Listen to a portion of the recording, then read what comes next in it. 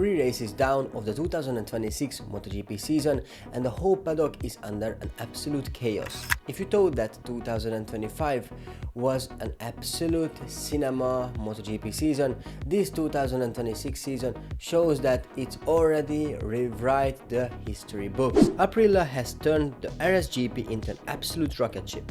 Marco Bezzecchi is looking like an absolute force of nature, and the Japanese manufacturers are completely scrambling. But the craziest part is the fact that after many days, Jorge Martin finally won a sprint race. But after the checkered flag, he had a very bizarre crash. So we have many things to talk about. In today's video, we're gonna break it all down. What happened at the US Grand Prix, whether Marc Marquez can defend his 2025 crowd, and what the earth can Ducati do to fight against the Aprilias. Hit the like button and subscribe, and let's get into it.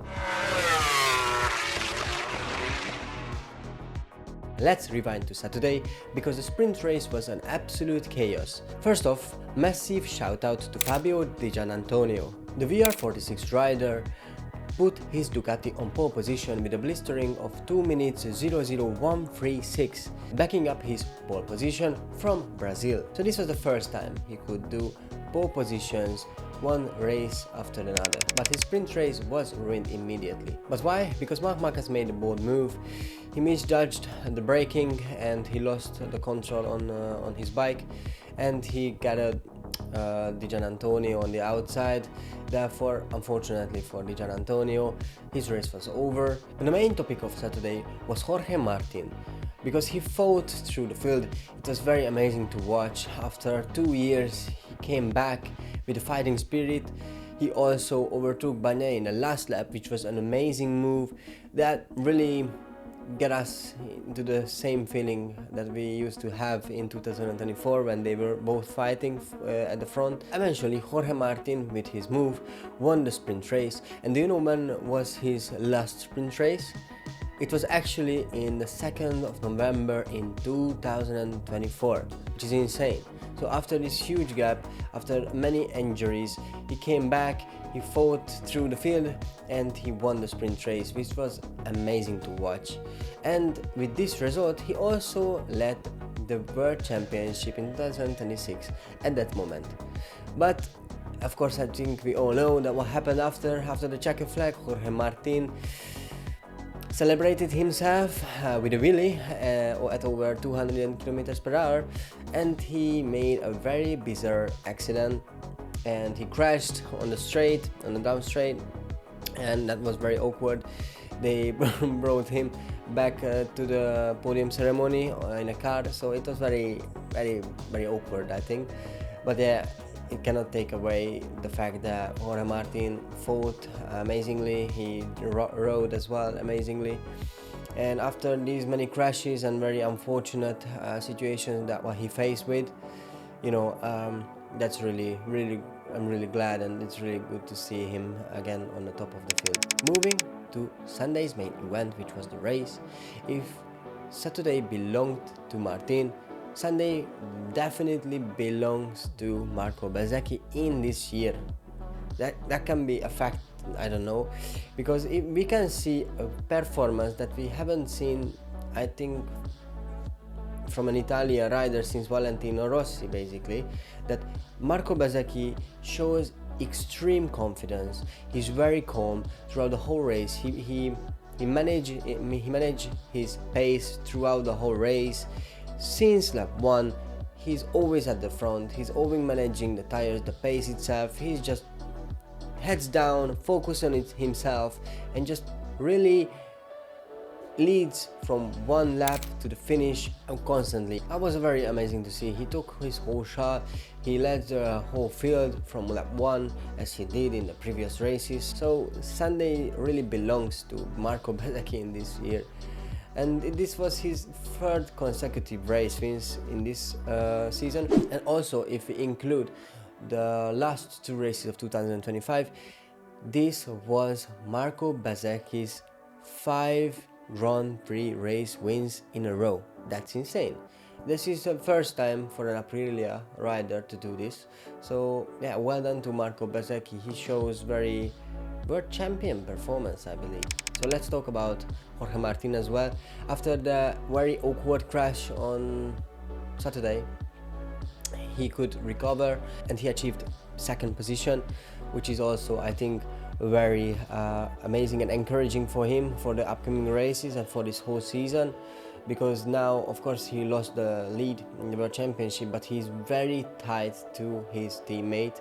He's very close to him, and therefore we can see a very great battle on the front.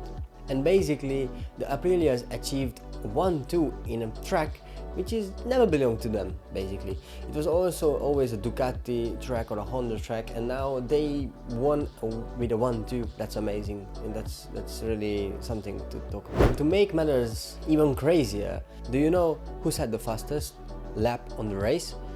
Because it was Ayagura with the Trackhouse Aprilia's racing team. Can we conclude now that Aprilia's bike is the fastest on the grid?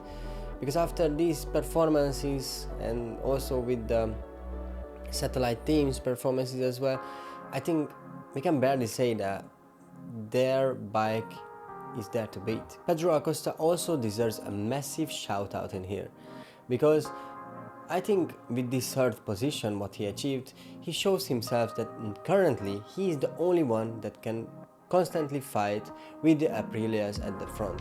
Even though that the KTM is not as competitive as the Aprilias, he's always there to fight, and that shows his talent and competitiveness over this 2026 championship. However, everybody has the same question: where are the Ducatis? What happened with them?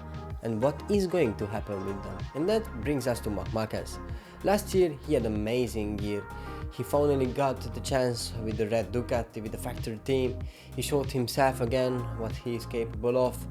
He won the World Championship, he dominated the whole year. And he tightened himself with Valentino Rossi to have 9 championships. That's insane stats, and everybody was wondering that can anyone beat Marc Marquez with this Ducati? Because I think nobody could imagine that somebody can beat him and stop him, because he dominated so much last year that it was really hard to imagine that can somebody even get close to him. But after taking out DGA in the sprint race and finishing a 5th position in the main race in COTA, the track that he really likes, he's called the King of COTA, and that's the track when Marc Marquez should have proven himself that he's still capable of defend his title this year, but he just didn't do it. So it was also a miserable weekend for Marc Marquez in this year. I don't know what you think, but so far he didn't show that he can really be in a fight at the front consecutively, and also the Ducati didn't show that they have a bike that they can fight against the Aprilias every race weekend. So maybe for a short run they can be in a fight, but for a long run I think Aprilia look so much more balanced, so much more calm throughout the whole race. They can manage the tires, I think, better. And yeah, I know that Marc Marquez is not in his 100% form or 100% shape, but I think if in Jerez he's not going to be in the front, I think his title defense is going to be in a huge risk. Let me know in your comments what you think. Can Marc Marquez defend his title this year? But of course, I know it's Marc Marquez, so he showed himself that even from the worst situation, worst scenarios, he can come back and always fight. And of course the calendar is a massive in this year, so they're gonna go to different tracks. Maybe Ducati brings some improvements on the bike, but they are, I think, already working on the next year's bike. So I think after the summer break, or we're not gonna see so many upgrades, because they need to focus on the next year's bikes. So I don't know what can happen, but even though that I know sometimes Marc is like an alien and he can achieve results that nobody can ever imagine to do so, but yeah, it's gonna be now with the Aprilias, how good they are, it's gonna be a hell of a fight. But now let's talk about what can Ducati do against the Aprilias to fight back and defend their crown. So basically, currently Pecco Bagnaia didn't show himself that he's also there to fight. He achieved a 10th position in the race, which is, I think, very awkward again. He's doing this misery year again, what he did last year. He continued his bad luck, his bad performance, even though that in the sprint race he showed something that we can say that he was better than in previous races, for example, but he's still not in the fight at the front. So basically, with one rider, even though that he's a two-time world champion, now he doesn't show good performance, which results weaker results as well. But what can Ducati do? Ducati recently unveiled their new lightweight Superleggera V4 Centenario tech to try and reduce gyroscopic forces and improve agility, but it hasn't translated to the factory team's race pace yet. To stop Aprilia, Ducati needs two things. First, Gigi needs to fix the front end feel. Both Pecco and Marc are complaining about the inability to carry corner speed without the front washing out. Second, Marc and Pecco actually needs to work together. Right now, there is a massive data divided in the garage. If they don't combine the feedback to develop the bike, Marco Bezzecchi with an Aprilia is going to pass them by far before even the summer break. But while Ducati is stressing over the championship battle, the Japanese manufacturers are fighting at the back of the grid, which is just insane and very sad to watch. So the biggest news of the winter was that World Superbike alien Toprak Razgatlioglu got a chance in MotoGP with a Yamaha Pramac team, and of course everybody knows his talent, he doesn't have to show himself, but this M1 is still looking very hard to manage, very hard to ride it, and of course Toprak is also struggling with it. However, in COTA, Toprak managed to score 1 World Championship points with P15th. That's a good result from him. I think he showed himself that he is not completely lost, he is improving each race weekend, so I think it can be very encouraging for him for the upcoming races in the rest of the year. But on the other hand, Quattraro finished P17th. So it's very sad to watch him struggling at the back of the grid with his Yamaha. He doesn't have the confidence overall with the bike. It's very hard to ride it. Yeah, so it's a very miserable weekend for the Yamaha team again. I don't know if they can get out of this though. But Yamaha is testing private V4 engines and Pirelli tires behind closed doors, but the results are far away. And Honda? It's a tragedy. Joan Mir finished 21st, dead last among the finishers. The HRC project is completely stagnant. Until major regulatory changes arrive, the Japanese giants are just participating, not competing. This perfectly leads us to the next race, which gonna bring us back to Europe at the Gran Premio de España at Jerez. So here are my 3 predictions for this Jerez Grand Prix. I think Pedro Acosta with his KTM can achieve podiums as well in this race weekend, and maybe can get his first race win in the Premier class, because he haven't done it. So I think this is a great chance for him to be at the front. But we cannot take out Marc Marquez from this picture, because if Marc Marquez is not going to be able to fight at the front in this Grand Prix, that his title defense is under a huge risk. So I believe that Marc Marquez is going to show what he's capable of doing in this track, and he's going to win the Grand Prix, because he had to have some momentum. He has to have some momentum to be able to fight with the Aprilias in the upcoming races and for the whole year. And I think Aprilias is gonna face with tire wearers issues due to the hot weather. I believe that they're gonna struggle for the long run, even though that I know that Marcos Bezzecchi's tire management skills are very good. And talking about tire management, If you're curious about how MotoGP tires really work, check out our earlier video in this topic, because we deep dive into this amazing technology of the MotoGP tires. So click here, watch it and enjoy it.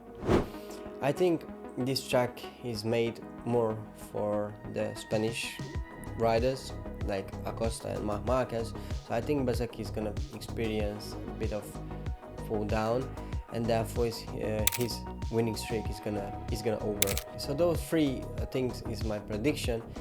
But what are your predictions for the race? Do you think Marc Marquez can fight back and win again after so many races and end Marcos Bezzecchi's winning streak? Drop your thoughts in the comments. If you like this video, hit the like button and subscribe, and also don't forget to watch this video. And if you like this video, please hit the like button and subscribe to follow our journey, and don't miss out our next video on any MotoGP topic. So see you in the next one. Ciao.